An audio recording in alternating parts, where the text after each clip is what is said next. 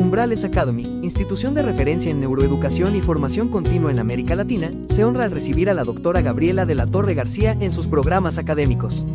Especialista en altas capacidades intelectuales y desarrollo del talento, es doctora en Psicología Escolar y Desarrollo por la Universidad Complutense de Madrid y licenciada en Pedagogía por la Universidad Panamericana.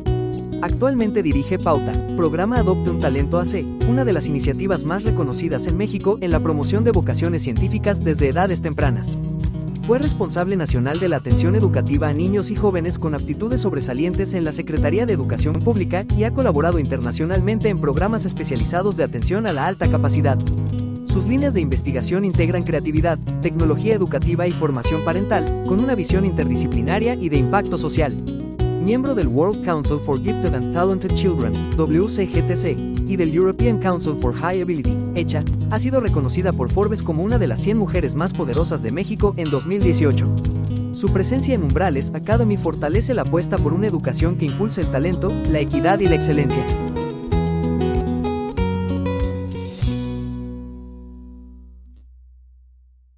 Muchísimas gracias a Umbrales por este evento, porque al Foro Neuroeduca y a todos quienes están organizando, porque es una gran labor detrás. Así que, pues me da muchísimo gusto abrir este espacio que voy a compartir con mis colegas y amigas, la doctora Gaby, la doctora Lolita, que con cariño así le decimos, y de verdad creo que es un espacio para divulgar, conocer un poco.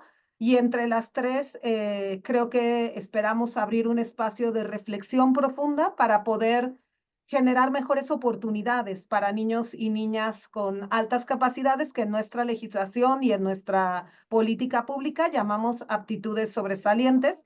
A mí me toca justamente hacer un recorrido breve. Voy a dedicar unos 40 minutos a poder compartirles un poco la mirada de la política pública, dónde estamos, desafíos, un poco como venía en la descripción, y dedicar un tiempo al diálogo, ¿no? Compartíamos ahorita la doctora Graciela y yo un poco como que pudiéramos tener este espacio para escucharles, para reflexionar de manera conjunta y esperemos abrir mejores espacios para niños y niñas con aptitudes sobresalientes. Quisiera empezar compartiendo qué ha pasado y de dónde viene la atención de la población con aptitudes, dónde estamos ahora. Si bien ahora yo cambio de trinchera y estoy desde el mundo académico, pero también sobre todo de la ONG, de la sociedad civil que nace desde una universidad, en este caso desde nuestra universidad, la UNAM. Generamos una propuesta a partir de la iniciativa de dos físicos nucleares para poder abrir espacio para niños, niñas, jóvenes que les guste la ciencia y sostener este espacio, ¿no? Y en ese sentido, pues contribuimos con la política pública y nos da mucho gusto seguir siendo parte y ser parte activa de las políticas públicas que estamos realizando. Entonces, desde ahí quisiera compartirles los retos, un breve análisis de dónde estamos. Esto es mucho el trabajo de las maestras y los maestros de educación especial, de los servicios de educación especial y lo que hemos podido compartir y lo que hemos podido conversar y analizar, ¿no? Entonces, la atención de los sobresalientes como política pública en México viene de los 80s, finales de los 80s, con el proyecto CAS, ¿no? Cuando la atención a la población, digamos, con alguna necesidad, con alguna cuestión extraordinaria, estaba pensada desde un modelo más médico, desde un modelo más de atención especial, ¿no? Entonces teníamos escuelas para sordos, escuelas para ciegas y ciegos, escuelas para personas con discapacidad intelectual, ¿no? Y en esa lógica, la atención del sobresaliente está como CAS, ¿no? Como un espacio que, si bien no era una escuela específica, porque en ese momento no se pensó de esa manera, sí tenía que estar fuera del aula. Entonces se crean las aulas CAS dentro de las escuelas públicas y se genera el proyecto de capacidades y aptitudes sobresalientes, que es donde acuñamos este término en México, ¿no? Este proyecto tenía un maestro, una maestra CAS, que era quien entraba a las aulas para identificar y después atendía. Una vez que llega el Acuerdo Nacional para la Modernización de la Educación Básica, en el 92, se empieza a repensar un poco cómo debería de trabajarse en la educación especial. Y es entonces cuando empezamos los inicios de lo que llamamos la integración educativa, es decir, atender a niños y niñas con necesidades educativas especiales, como fueron nombradas en ese momento, dentro de las escuelas, ¿no? Y en esa lógica se empieza a legislar cómo debía ser la atención de estas niñas y estos niños, y entra en el artículo 41 de la Ley General de Educación. Ahora esta ley se ha reformado y ya no estamos en este artículo, estamos en el 67, pero justamente buscamos pensar cómo plasmar en nuestro máximo instrumento legal o nuestro instrumento normativo la necesidad de atender tanto a la población con discapacidad como a la que tiene aptitudes sobresalientes. Y así fue que empieza el proyecto de integración educativa una vez legislado, y justamente se empieza a hacer el tránsito entre estas escuelas especiales a la integración de alumnos y alumnas dentro de las aulas regulares. En esta lógica nace el Programa Nacional de Fortalecimiento de la Educación Especial y de la Integración Educativa, que en el 2002 se posiciona dentro de las oficinas de presidencia, lo cual le da un papel sobre todo político trascendental, ¿no? Y nos permite generar un programa donde en la línea 7, una vez que CAS había, digamos, transitó entre el 92 y el 2002, hacer un programa que pues no se priorizó en ese momento porque se consideró que no se tenía la atención suficiente para los alumnos y las alumnas con discapacidad. Y en esta mirada se deja de atender al sobresaliente porque además los servicios de educación especial que nacen en este momento se priorizaron para la población con discapacidad y se dejan o se pierden las aulas, ¿no? Entonces los maestros y las maestras CAS pertenecen ahora a los servicios y se dedican más a la atención de la población con discapacidad y se deja en pausa la atención de la población con aptitudes sobresalientes hasta que en el Programa Nacional en el 2002, en la línea de acción número 7, se trabaja el tema de los sobresalientes y empieza un proyecto de investigación único en el mundo donde las y los grandes especialistas en ese momento, aquí vamos a escuchar a la doctora Dolores Valadez, que fue una de las tres principales expertas en el país que ayudaron junto con maestros y maestras de educación básica, de educación regular y las autoridades educativas de 3 estados a pensar la propuesta de intervención a partir de lo que había sucedido en CAS y de la nueva lógica que teníamos o la nueva configuración que llevaba la integración educativa con la conformación de servicios de educación especial que están hechos para apoyar a las escuelas. Es decir, el servicio de educación especial se centra como un equipo especializado con una mirada mucho más holística en poder apoyar a escuelas que puedan integrar a tanto alumnos con aptitudes sobresalientes como a las personas con discapacidad, ¿no? Se crean también los centros de atención múltiple, donde se prioriza la atención de aquellos alumnos que no pueden ser integrados de manera inmediata o que por sus condiciones tendrían una necesidad de una atención específica, y los servicios de orientación que igualmente ayudan a poder atender dentro de las escuelas. Esta propuesta de intervención se piensa bajo esta lógica, se trabaja entre 2003 y 2006, se publica en 2006, se generaliza en 2007 y en 2007 se empieza a valorar qué ha pasado o cómo se va implementando, ya no en 3 estados y con 2,000 alumnos, sino a nivel nacional y con la población que en este momento queríamos abordar, que justamente partimos de una mirada, de un modelo sociocultural que abre, digamos, el concepto de aptitudes sobresalientes, donde hablamos ya de estas personas capaces de destacar significativamente del contexto social y educativo al que pertenecen y que lo hacen en uno más campos del quehacer humano, ¿no? Y abrimos a pensar en aptitudes intelectuales, pero también creativas, socioafectivas, artísticas y psicomotrices. En este momento, con esta propuesta, con una definición clara, con una propuesta de detección dividida en 2 momentos y con una propuesta de atención centrada en el enriquecimiento, empezamos a operar en el país y un poco lo que vamos viendo hacia 2007, 2011, en una valoración muy profunda de qué pasaba, era la cuestión de cómo se hacía la detección. Ahí no me voy a meter, la doctora Valadez ahondará mucho más en este espacio o en este momento, primer momento de la atención, que es fundamental. Pero parte de lo que valoramos era la cantidad de servicios que hay en el país. En este momento la cobertura es de alrededor del 38% a nivel nacional, y esto hace que la cobertura de las escuelas sea pues ni siquiera de la mitad, ¿no? Y estos servicios trabajan para dos poblaciones que en sí son complejas y que requieren de una atención y digamos, de un esfuerzo que tenemos que valorar para poder dar la mejor respuesta educativa. Con esta mirada se prioriza y se empiezan a generar diferentes estrategias para poder mejorar los procesos de identificación de la población. Y empezamos entonces a partir de 2011, ahora les platico un poco los modificaciones muy genéricas, porque les comparto que justo la doctora Valadez va a ahondar más en esto en la tercera conferencia.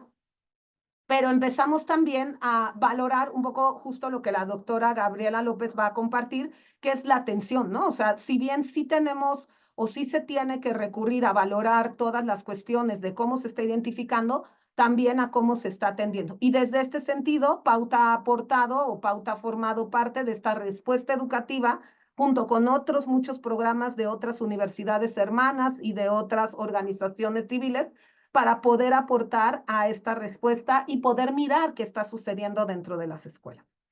Con todo esto, en el 2022 se cambia la Ley General de Educación, cambiamos al artículo 67, teniendo un artículo específico para aptitudes sobresalientes y con una demanda muy clara y con una intención de poder generar un documento mucho más ágil que nos permitiera poder retomar y sustentarnos en la propuesta de 2006 y sobre todo generar una propuesta integral para toda la educación básica.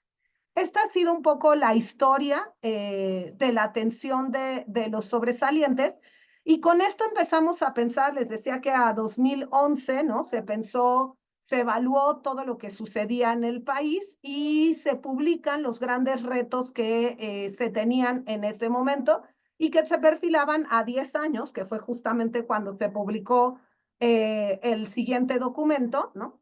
Y los retos que teníamos, por un lado, es aumentar el número de alumnos y alumnas beneficiados y beneficiadas. El concepto, el modelo que trabajamos en México, que no es digamos, como el modelo más generalizado en el mundo. Muchos de otros países trabajan con modelos distintos, ¿no? Pero México, por sus características, por la manera en la que funciona nuestro sistema educativo, pero sobre todo por nuestra forma de, digamos, cultural y la manera en la que está compuesta nuestra sociedad y la complejidad que tiene, se decidió trabajar bajo un modelo sociocultural, considerando las 5 aptitudes sobresalientes que mencionaba. Esto abre muchísimo, digamos, la posibilidad de personas que son consideradas con aptitudes sobresalientes. De tal manera que la Secretaría de Educación Pública decide tomar de manera cautelosa el 10% de la población, es decir, como establecer justamente que el 10% que se estima, ¿no? Que el 10% de la población tiene aptitudes sobresalientes, y esto nos habla de 2.5 millones de niños. En el periodo entre el 2011 y 2014, logramos llegar a los mayores índices en ese momento de identificación y esperábamos de atención, ¿no? Pero por lo menos sí teníamos claro que estaban identificados como alumnos y alumnas con aptitudes sobresalientes, y este número llegó a ser de 250,000 alumnos y alumnas. Actualmente atendemos alrededor de 98,000 alumnos a nivel nacional, y esto ha sido con grandes esfuerzos políticos, económicos del país para poder dar mayor respuesta. Entonces, ha sido un trabajo extraordinario de los servicios de educación especial, pero a la par insuficiente, ¿no? Y ese es uno de los grandes retos que creo que tenemos que llevar a la mesa, porque el que tú seas un niño o una niña con aptitudes sobresalientes en el sistema educativo mexicano y que tengas una atención es una suerte en nuestro país. Es una suerte que estés sentado en una escuela que tenga un servicio de educación especial. Es un factor de suerte que el maestro, la maestra con la que está apoyando tu escuela quiera atender a las niñas y a los niños con aptitudes sobresalientes, que te toque que en ese año se haga la detección inicial en tu grupo, ¿no? Y a veces es hasta una suerte que hayas llegado el día que se hizo la detección inicial, porque si pasaste el día que se hicieron las actividades exploratorias y tú estabas enferma o enfermo, lo más probable es que no lleguen otra vez a evaluarte, ¿no? Entonces, este es uno de los grandes retos que se veían, que tenemos todavía, ¿no? Generar modelos de detección e identificación más ágiles, porque uno de los grandes resultados que se tuvieron digamos, como del primer análisis cuando se generalizó la propuesta entre 2007 y 2009, era el tiempo que tardábamos en identificar a los alumnos con aptitudes sobresalientes, que solía ser de un promedio de 11 meses y medio, pero que podía llegar hasta 14 o 16 meses, lo que significaba que pasaba el ciclo escolar sin que tú acabaras de ser identificado. Ampliar la cobertura, porque en un inicio la propuesta de 2006 está centrada en primaria, que es donde también están centrada la atención de los servicios de educación especial, entonces nos faltaba atender preescolar y secundaria. Fortalecer el proceso de enriquecimiento en el contexto educativo. Sabíamos que si bien los esfuerzos estaban en la identificación de la población con aptitudes sobresalientes, pues parecía que a la larga, o sea, ya que hablábamos de la atención, era como, ya dedicamos tanto tiempo a identificar que seguro estamos atendiendo bien, ¿no? Y entonces era como, pero ¿sabemos si realmente los objetivos que planteamos en el enriquecimiento se están cumpliendo o no? Decíamos, pues mira, ya hicimos todo un esfuerzo, movimos cielo, mar y tierra, esto es todo lo que hicimos, pero nos faltaba entonces valorar realmente que el enriquecimiento que estuviéramos haciendo fuera un enriquecimiento de calidad. Promover la profesionalización docente en el tema, porque sí nos pasaba y sigue pasando, ¿no? El que el docente diga, no sé cómo atender, este alumno hasta cierto punto me da miedo, ¿no? Prefiero no cargarme de más trabajo, y estos son comentarios que tenemos o que hemos escuchado de manera muy frecuente.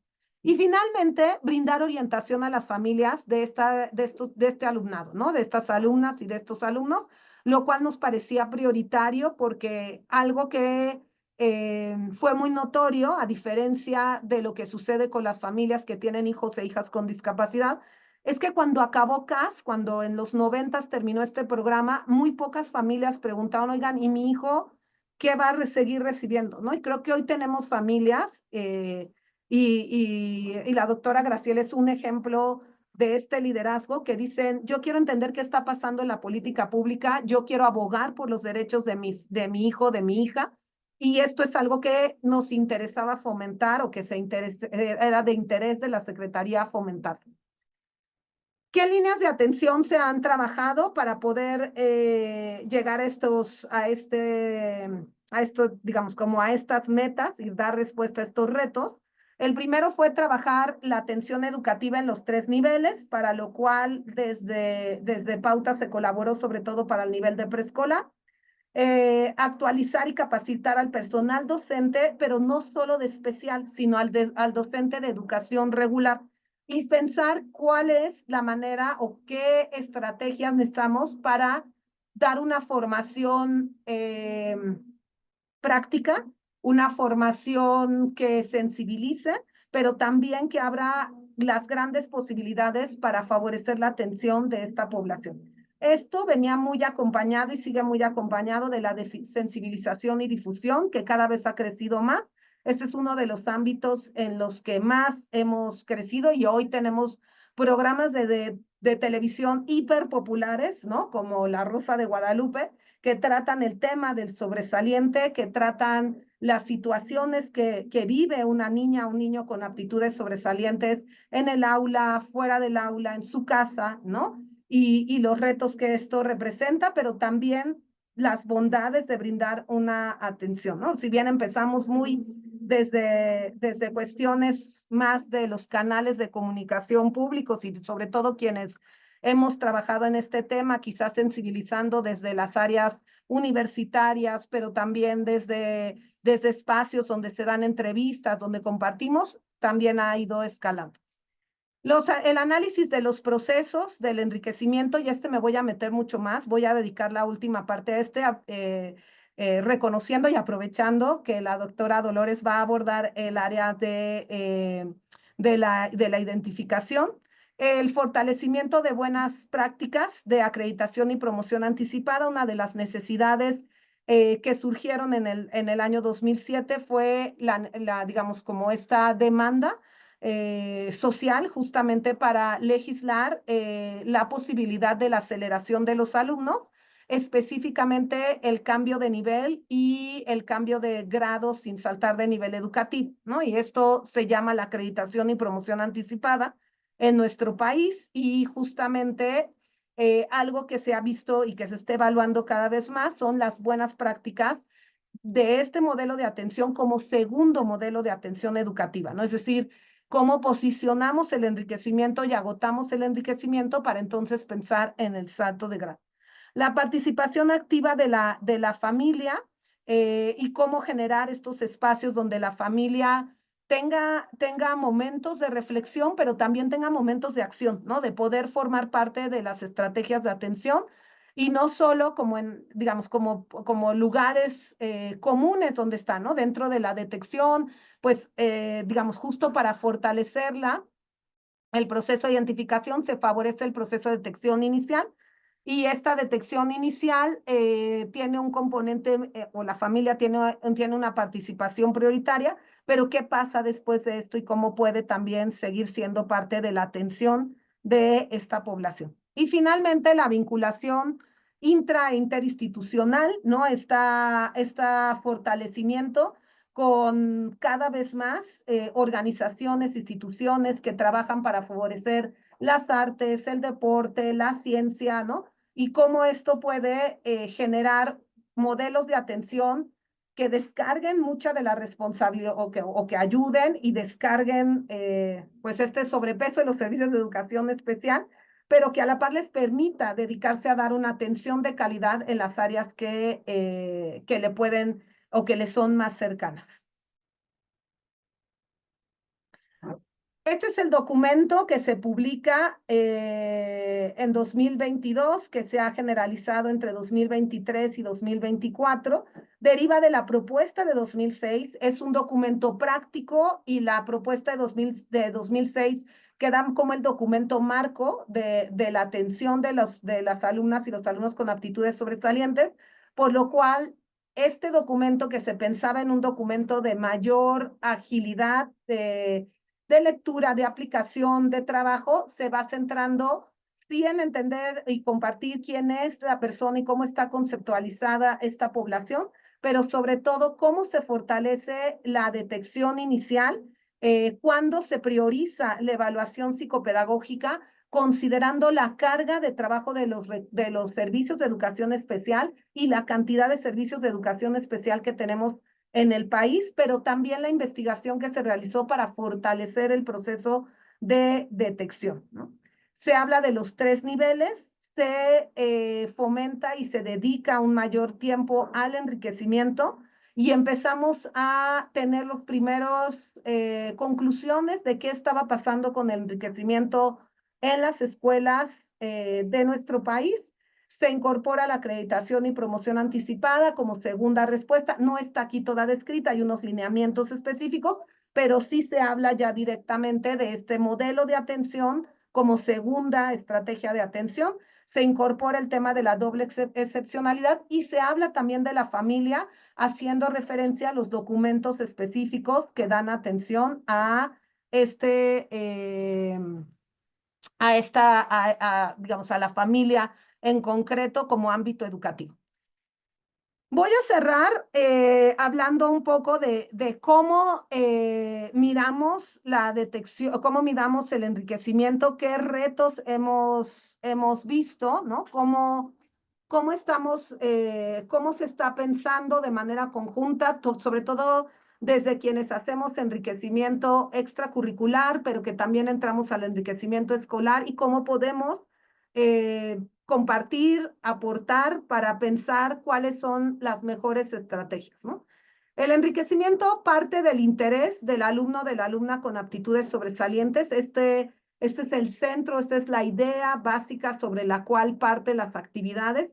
Hemos reconocido cada vez más que las maestras y los maestros tienen un gran bagaje de actividades que pueden ser actividades de enriquecimiento, siempre y cuando partan del interés del alumno o de la alumna, trabajen con sus áreas de fortaleza, sus áreas de oportunidad y tengan un objetivo claro de para qué se están haciendo, ¿no? Algo que empezamos a ver es, nos pasa desde pauta, ¿no? Es que este niño entre a pauta porque esto es para sobresalientes. Ah, pero es que este niño o esta niña, su gran pasión está en el deporte y le encanta. Pues sí, pero que haga pauta porque pauta es lo que tenemos como club de ciencias dentro de la escuela. Y entonces tenemos un niño o una niña que, pues, digo, lo que nos ha pasado es que acaba haciendo proyectos de investigación sobre el fútbol, o una niña que hizo un proyecto impresionante sobre la física detrás de la danza, ¿no? Pero en realidad lo que ella quiere hacer es bailar, ¿no? Y la danza es lo que le mueve, ¿no?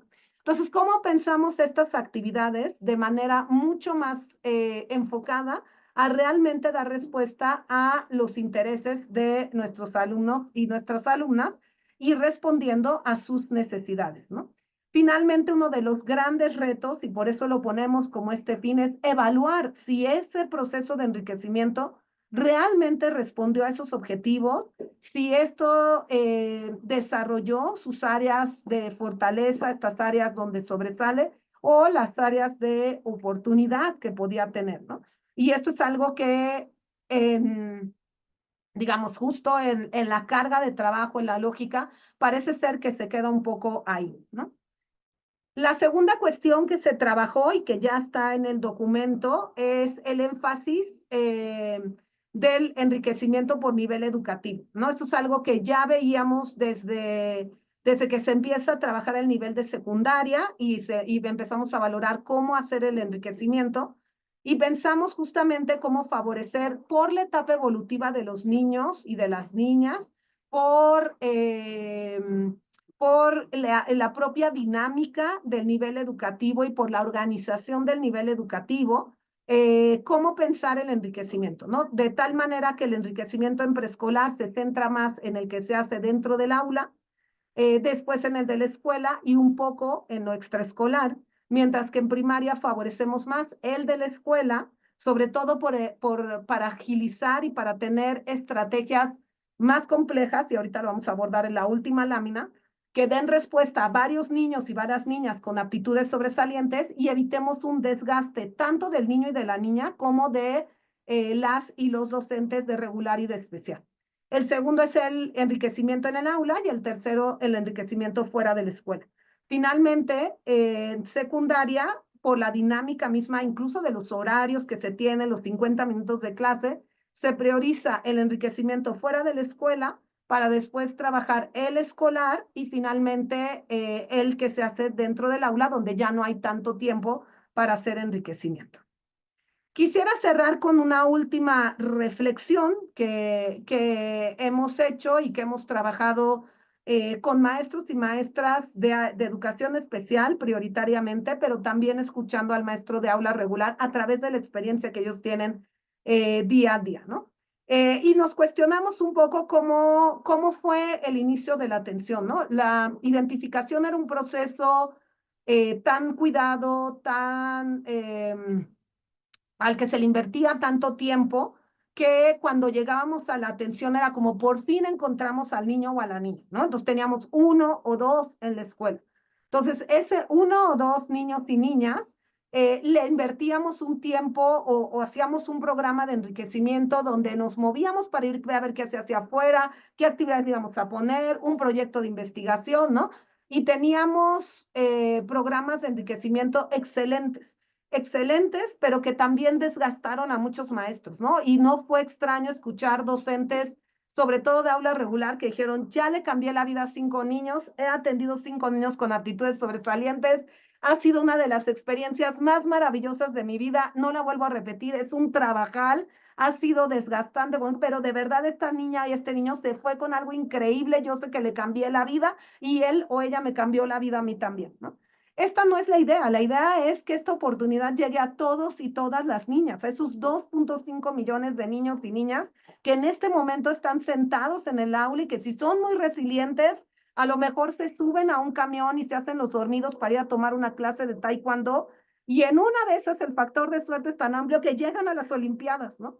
Pero no queremos que esto sea así, queremos que realmente cada niño, cada niña con aptitudes sobresalientes pueda encontrar en la escuela ese factor de suerte donde la maestra o el maestro le encuentre y le brinde un modelo de atención que haga que la escuela sea tan significativa para él o para ella como para el resto, ¿no? Entonces, en un modelo como el modelo de la nueva escuela mexicana, donde se encuentran todas estas estrategias que habíamos hablado tanto en documentos separados, ¿no? Para la atención de los alumnos con aptitudes y de las alumnas con aptitudes sobresalientes. Y hoy están dentro de lo que llamamos y de esta propuesta de política pública que es la nueva escuela mexicana, podemos pensar quizás en tener un concurso de talentos, ¿no? Un espacio donde pueden compartir, que es una actividad que está realizando la escuela como enriquecimiento y que da atención a todos estos niños.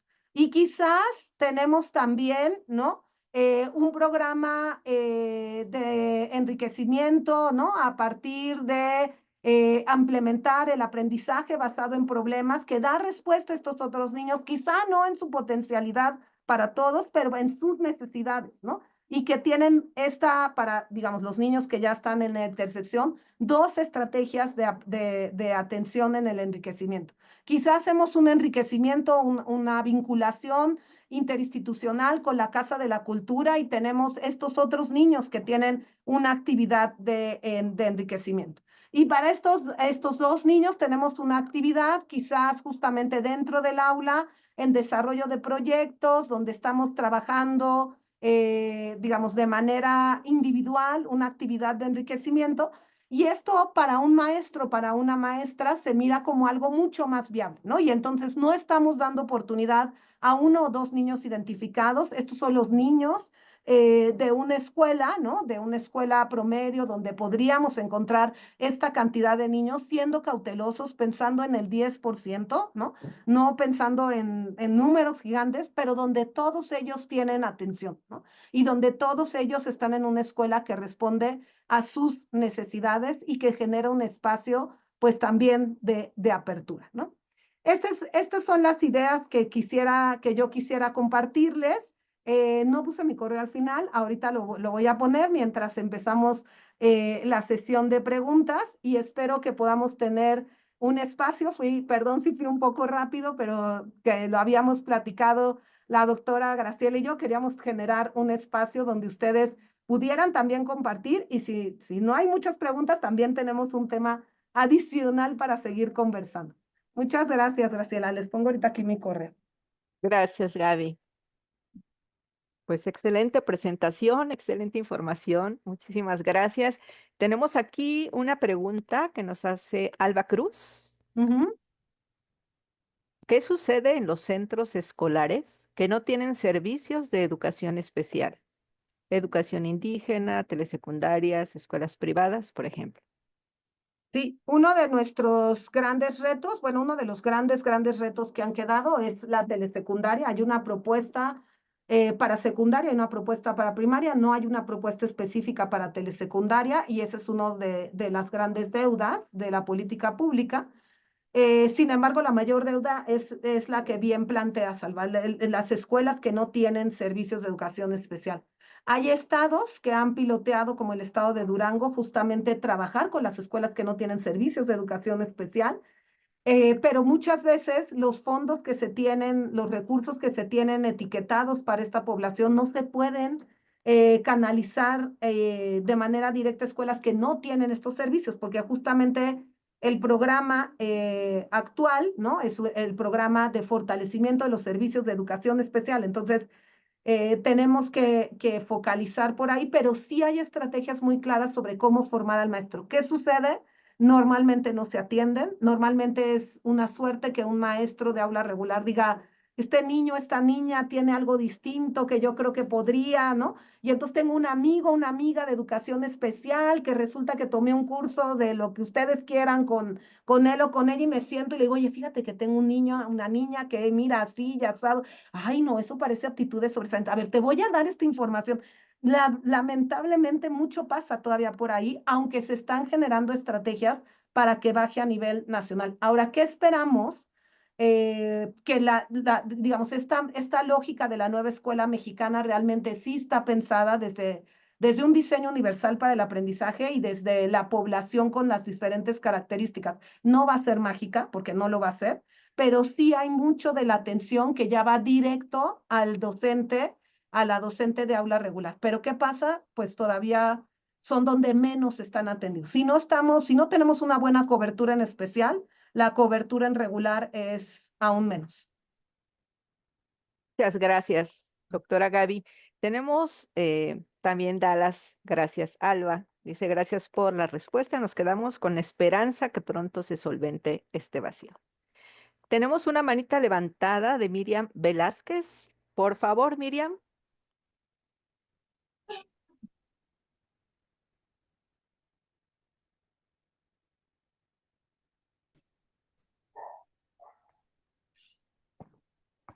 Miriam, si estás hablando, tu micrófono no está abierto.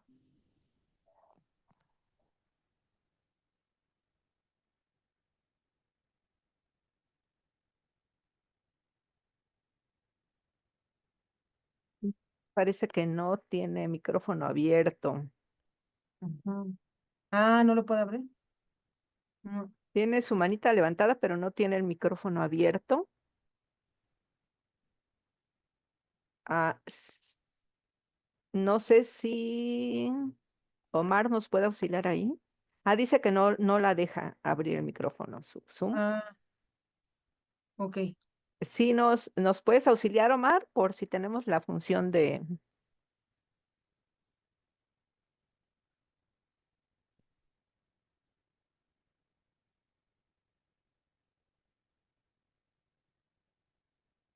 ¿Nos puedes escribir la pregunta en el chat, por favor?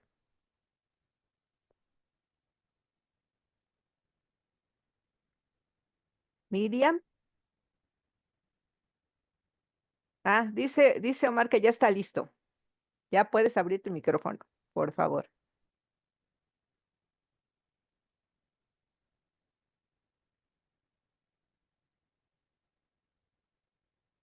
Ah, pues abre tu micrófono, Gaby, si quieres, Gaby Holguín. No te No dejes. la deja tampoco. No, sí, ¿ya puedo? Ah, ¿Sí me ya, ok. escuchan? Sí, listo. Sí. A mí me gustaría, doctora, a ver si me podría hacer favor de ahondar un poquito más en esta parte del énfasis del enriquecimiento por nivel. Yo soy maestra de preescolar y si bien todo lo que comenta me pareció muy interesante, tal vez por la edad de mis niños, por las condiciones en las que se encuentran, a veces como que es difícil identificar, ¿no? Por ejemplo, ¿quién sería un niño con aptitudes sobresalientes? Me llama mucho esto la atención, tomé este foro porque como que me quedo pensando que siempre pensamos en los niños que tienen algún problema para aprender, como que siempre, y de hecho hay maneras, ¿no? O sea, busca uno cómo atender a los niños, al que no escucha bien, al que no, al que está presentando alguna dificultad para aprender algo, pero yo no me había, es decir, me abre los ojos esta parte donde dice que hay aptitudes sobresalientes, wow, ¿no? O sea, seguramente los niños lo manifiestan desde muy pequeños, desde muy temprana edad. Entonces, sí me gustaría un poco esta parte del énfasis del enriquecimiento para ver cómo, bueno, anoté acerca de que decía usted que se iniciaba en el aula. Sí, sí, Entonces, me gustaría ver si me podría ayudar con esa parte.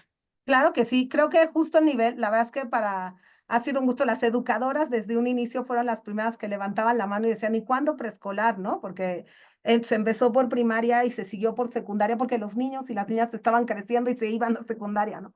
Pero siempre hubo este interés desde el preescolar. Lo primero es poder conocer las características de esta población. Si bien tenemos justo esta definición de que son aquellos que destacan significativamente del grupo social y educativo, pues conocer qué significa destacar, ¿no? Entonces, qué características nos están hablando, ¿no? De esta, pues, en que estas preocupaciones que tienen por temas medioambientales, por temas religiosos, por temas morales, ¿no?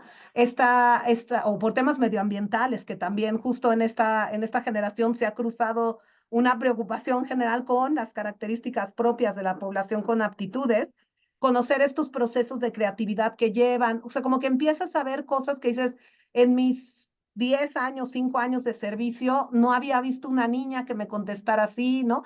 Recuerdo una maestra, una educadora preescolar que nos decía, es que yo pregunto algo y la creatividad como que le surge en dos lados, ¿no? Entonces nos contó que por algo estaba introduciendo pues temas de números de suma, ¿no? Y dice, estas dos manzanas con estas dos manzanas, ¿cuántas son, no? Y esta niña levanta la mano muy rápido y dice, 3 más 1, ¿no? Y entonces todos voltean y dicen, no, no, pues 2, 4.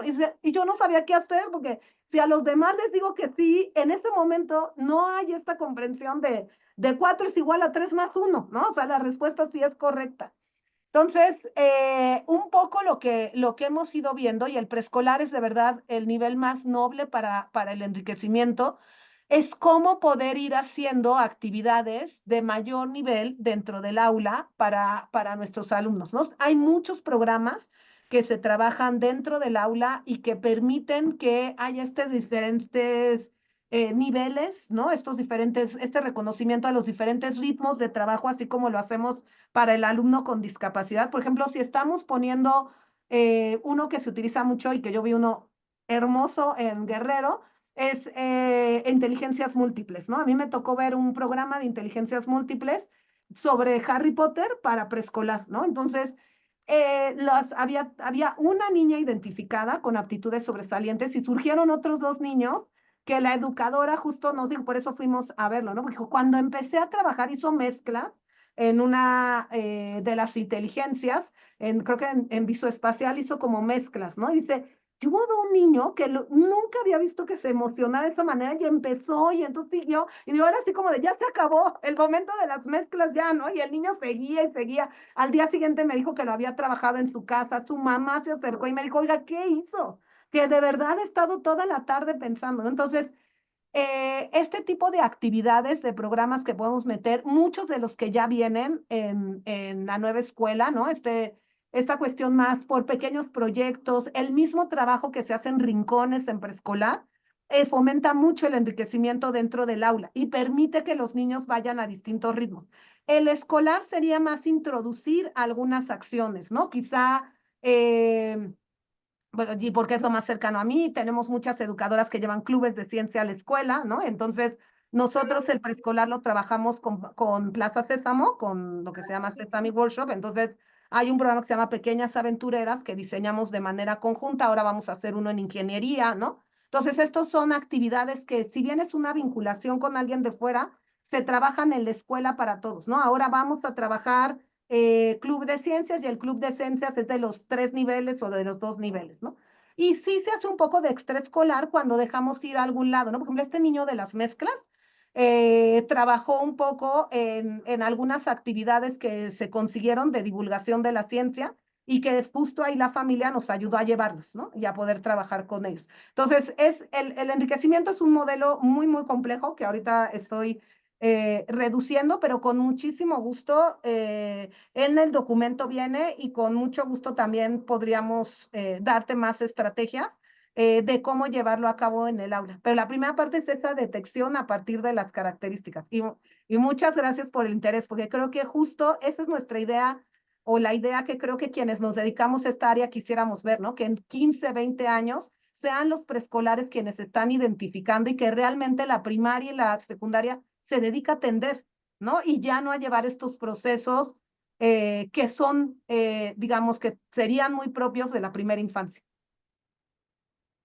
Espero haberla Mil contestado gracias, mil gracias. de nada.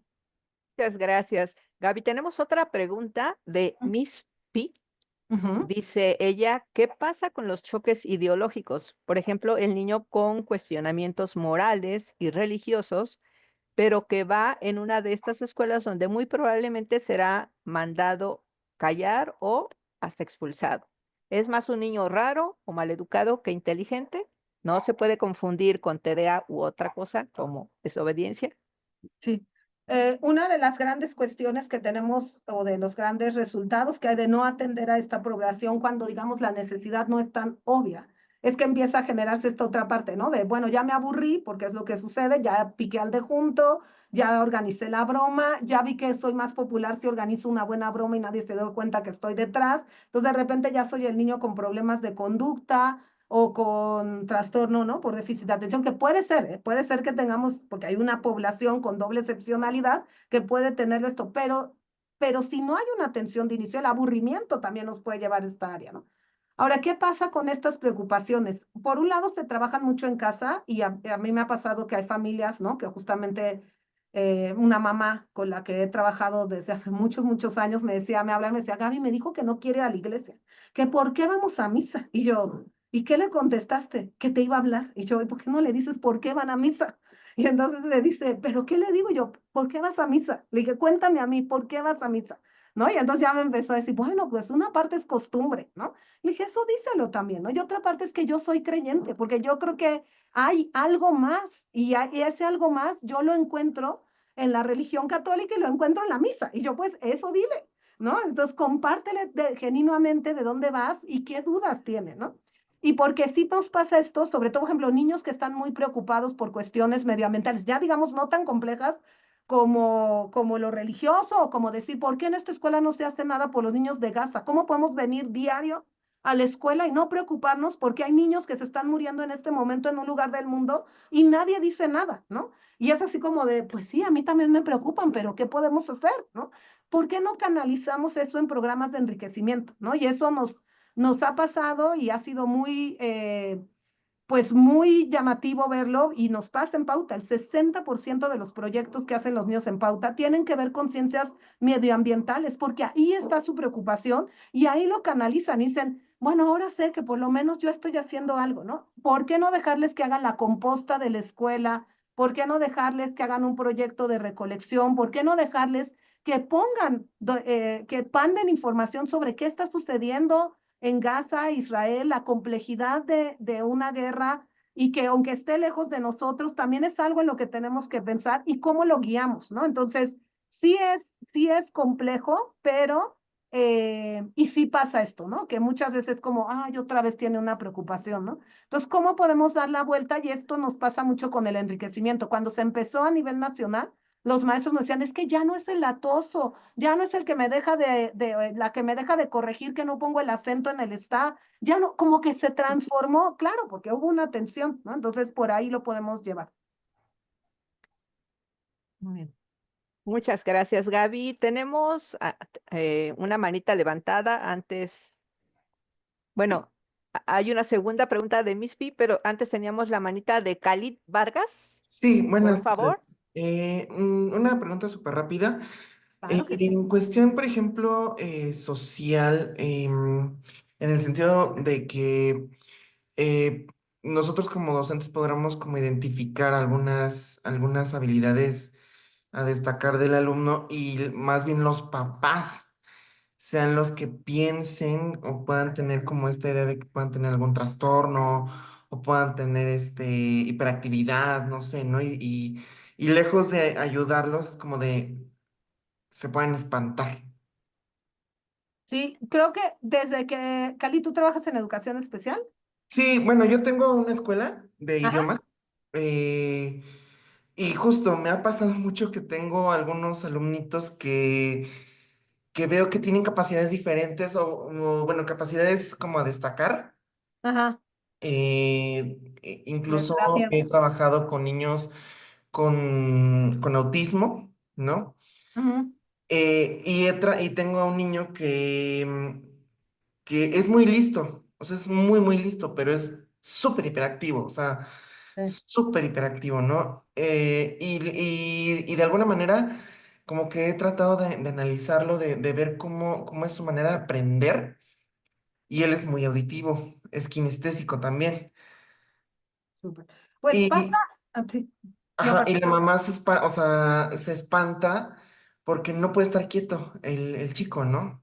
Sí, O sea, creo que siempre, y esto es algo que nos dicen mucho las familias, cuando tú les dices, ¿no? Que van a tener, pues, que van a ir a educación especial en general, al servicio, es como algo malo hay, ¿no? Porque si me están llamando de educación especial o si es que hay algo mal, ¿no? Ajá, sí, sí, Llegar sí. y ver esta parte, de cierta parte es un alivio, pero también es como algo tendrá, ¿no? Algo tendrá distinto y será algún reto, ¿no? Poco decirlo, la idea es que el niño o la niña sea una persona plena y feliz, ¿no? Y esto conlleva conocerle y que sí en ese camino podemos encontrar las aptitudes sobresalientes, pero también podemos encontrar una doble excepcionalidad o podemos encontrar un TDA, pero que el saberlo nos permite dar mejor atención, ¿no? Y sí es normal que las familias, por un lado, digan, ¿y qué me voy a encontrar ahí, no? ¿Cómo le voy a dar respuesta? Pero esta parte de decirlo, es mejor saberlo porque tenemos formas de atenderlo. Creo que eso es lo que a las familias a veces es como, bueno, está bien, si vamos como de la mano, si vamos juntos, entonces yo me aviento, ¿no? Un poco, pero sí Sí, es natural, ¿no? muchas gracias. ¿No? ¿De qué? No sé si hay tiempo todavía, Gaby, para la última también de Miss P, que es como continuación. ¿Cómo se trabajan las emociones de estos niños? Pues las emociones las trabajamos dentro de los programas de enriquecimiento. Ya hay programas específicos para el área socioemocional, ¿no? Uno de ellos que se utiliza mucho a nivel nacional es el PACE, el programa de enriquecimiento de habilidades e interacción social. Ya por ahí, si no, espero la doctora Valadez o la doctora Gaby corrijan el nombre si me acabo de equivocar. Pero hay programas específicos, ¿no? Que podríamos utilizar. Está un programa maravilloso que es el programa que se lleva justamente en la Autónoma de Morelos, ¿no? Que sí trabaja directamente el PIPAC, trabaja directamente el desarrollo emocional y se puede complementar y cómo lo introducimos en el aula. Entonces, pero el mismo programa de enriquecimiento quizás aunque esté hablando de dinosaurios o de aviones o de futbolistas, tú lo puedes llevar al área emocional. O sea, tú puedes, si lo que le cuesta trabajo es relacionarse con los demás, cuando tú le das ese centro en el tema que le encanta, que le gusta brillar, que les va a contar todo lo que nadie sabe, esa es la manera de poder desarrollar estas otras habilidades, ¿no? Entonces, es complejo, hay programas específicos, pero también se puede incluir. Tenemos dos manitas, no sé, nos quedan 2 minutos. Quizás si nos dicen las dos preguntas y la contesto muy chiquita. ¿Cómo ves, Graciela? Sí, Miriam Velázquez y la otra manita que no me dice aquí quién es, Eric, creo. y Eric. Ok, Pues por favor. muchas gracias por escucharme. Yo estoy infiltrada, soy una mamá con un niño de altas capacidades. Me inscribí al foro porque no hay información, no hay psicólogas. Mi hijo está en una escuela privada y pues la escuela me dice, bienvenido, chido que esté, tienen muchas actividades, sin embargo, sí me piden como estrategias como para atenderlo. Entiendo, yo trabajo en gobierno y entiendo que hay política pública sobre eso, pero no la he encontrado. Entonces, ¿a dónde nos podríamos acercar como papás para que nos ayudaran en ese tema, que pudiéramos, que alguien nos asesorara y que nosotros a su vez lleváramos esas estrategias? Mi hijo está diagnosticado con altas capacidades por PIDAI, me imagino que lo conocen, está en el DIF de Iztapalapa, pero a mí me queda lejísimos, entonces me es imposible que se esté integrando hasta allá. Pues dejo en el chat en la página de educación especial donde puedes bajar las propuestas y la guía para familias, que también puede ser un excelente espacio. Aquí con la doctora Graciela tiene un espacio maravilloso de familias de altas capacidades que seguramente también puedes tener más información y con mucho gusto también desde los programas que llevamos, PIPAC, Pauta, el programa de la UDG, ¿no? Con muchísimo gusto podemos también compartirte. Y sí, no, ahí creo que hemos ido avanzando, pero sí hace todavía mucha información. Y hay redes de familias, que creo que eso que justo ha construido tan muy bien hecho Graciela y todo el equipo que llevan el programa, se pueden fortalecer mucho más. Y yo con mucho gusto también lo que puedo ayudar. Eric, tenemos como medio minuto. Muchas gracias, Miriam. Gracias por darme la palabra. Pues bueno, finalmente este tema me cayó como anillo al dedo, la verdad es bastante interesante. Yo enseño ciencias y una de las partes importantes, ciencias en secundaria, ¿no?